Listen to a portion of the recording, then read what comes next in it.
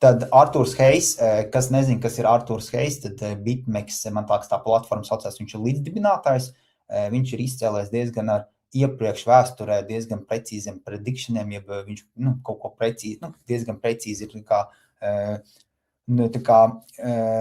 analizējis tirgu, un to, ko Arturs Hayes saka, to, ka šis konflikts ar Irānu, kad varētu iedot tādu spiedienu uz Fedu, lai sāktu Amerikā printēt naudu, ja? Atkal tas ir tikai tāds viņu predictions, ja viņu ko viņš redz, kā tas varētu notikt. Vai tas atkal būs vai nebūs, to mēs nezinām, jo šobrīd es arī parādīšu to naudu, kā tad ieplūst, vai ko tad Fed šobrīd pludina iekšā tirgu. Protams, tās ir mazi centi no visa tā, ko tad būtu nepieciešams, kas tad ir reālā tā naudas printēšana, ko mēs te visi gaidām, bet tas ir tāds viņu skatījums.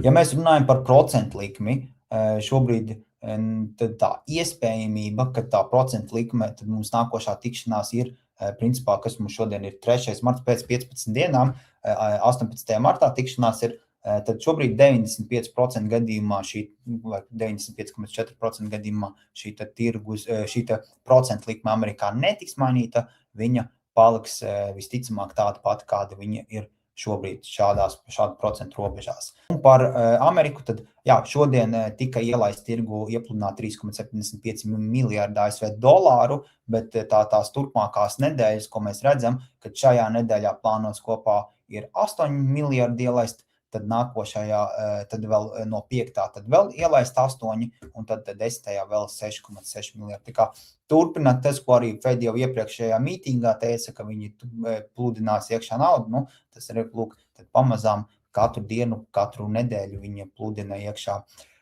šo naudu tirgu.